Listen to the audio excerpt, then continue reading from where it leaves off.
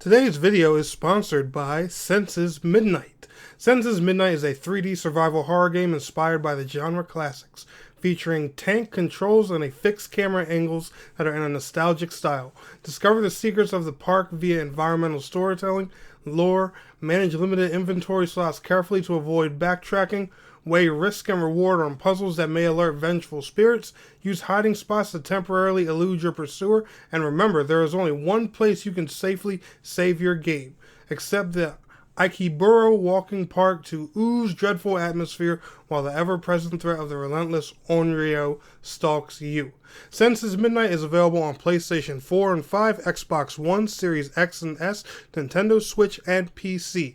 Be sure to check out EastAsiaSoft.com to look more into Senses Midnight today, or go to your local game store and check the game out on PlayStation Store, Microsoft Store, Nintendo eShop, or Steam. And thank you East Asia Soft for sponsoring today's video. Enjoy the video, guys.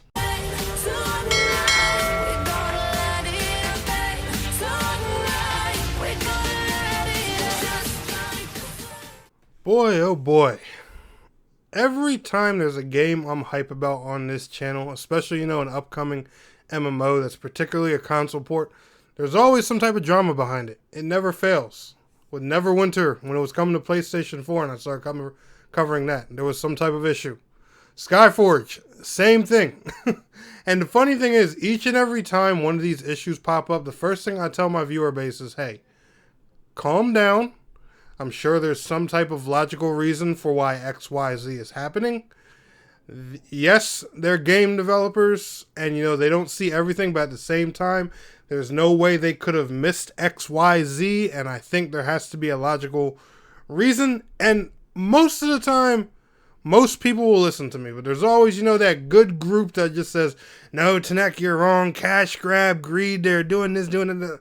And it's the same thing each and every time. There were content creators, making videos bashing Tower of Fantasy on console for this and all kinds of stuff. And, no disrespect to any of those creators. Some of these creators, I even know of and I support 100%. But I really just think a lot of these situations, sometimes people really got to look back and say, are they really not doing this because of greed, or, they're just trying to rush? Or could there be a logical reason behind it?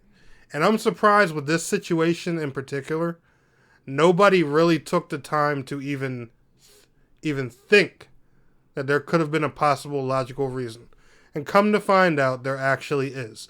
Gamers and gamettes, what is going on? My name is Tanek127, and welcome back to another video. And guys, today we're going to be talking about the Tower of Fantasy PS5, PS4 crossplay drama.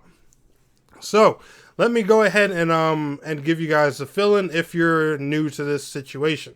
So, Tower of Fantasy got announced for consoles. It's coming to PlayStation 4 and PlayStation 5 platforms. Unless you've been living under a rock, you probably know that by now.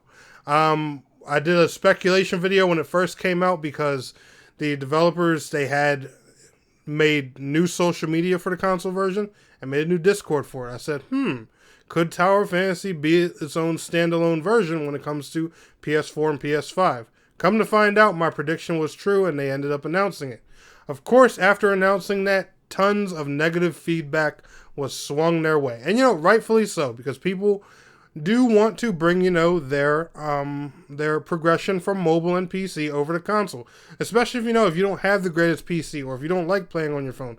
Me personally, I am a 6'5" dude with hands that are like E.T. I can't play games on a phone. So trust me, I feel your pain. But they recently announced that, crossplay and cross progression wouldn't be possible, and they weren't doing it. All kinds of people flipped out. There were content creators going and making videos bashing the developers behind it. And I said to everyone in previous videos, there's got to be a logical reason for it. And obviously I'm the smaller voice of reason here. Not too many people paid attention to what I said. So apparently there really is a logical reason for it. And they actually put that out just last week by the time you guys are watching this video. It's a Tower of Fantasy statement. It says, in response to the community's feedback on the issue of cross-progression viability on PlayStation, we would like to share some thoughts to help clarify any confusion. It goes to say, our aim was to make this incredible fantasy open world experience available to more players, which is why we decided to develop for the PlayStation version. You know, they wanted to expand the game. Obviously, nothing wrong with that. Initially, we wanted to ensure that players could access the game, so we and our publishing partners discussed the situation at great length. Here's a breakdown of what transpired to provide insight into the situation. Number 1, from the early stages of Tower of Fantasy's development on PlayStation, we and our publishing partners consistently explored the potential for crossplay and cross-progression together. Number 2, unfortunately, despite our collective and extensive efforts, we have yet to find a solution to make cross-progression a reality due to challenges with cross-platform storage server development. In short, guys, in case you don't know what that means, they're having a hard time doing it. In case you forgot, and I don't mean to offend anybody by saying it like this, but game developers are people too. They have challenges. There are difficulties with making video games. Cross-progression and cross-play apparently isn't as easy as some people make it out to be. And you guys, if you've paid attention to anything I've said in my previous videos, you will know that there are some developers who say cross-play is as simple as pushing on a button. There are other developers who say that cross-play, cross-progression, all that stuff is as complicated as redoing your whole server network and everything to your game. It all depends on, the game, its infrastructure, and how it's built. And last but not least, they went to say, despite the disappointing outcome, we and our publishing partners remain committed to fairness for all players. As a result, we have decided that Perfect World Games' self-operated regions and servers have no access to cross-progression.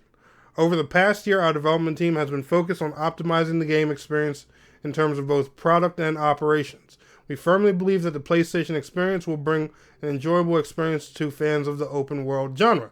And I'm sure it will.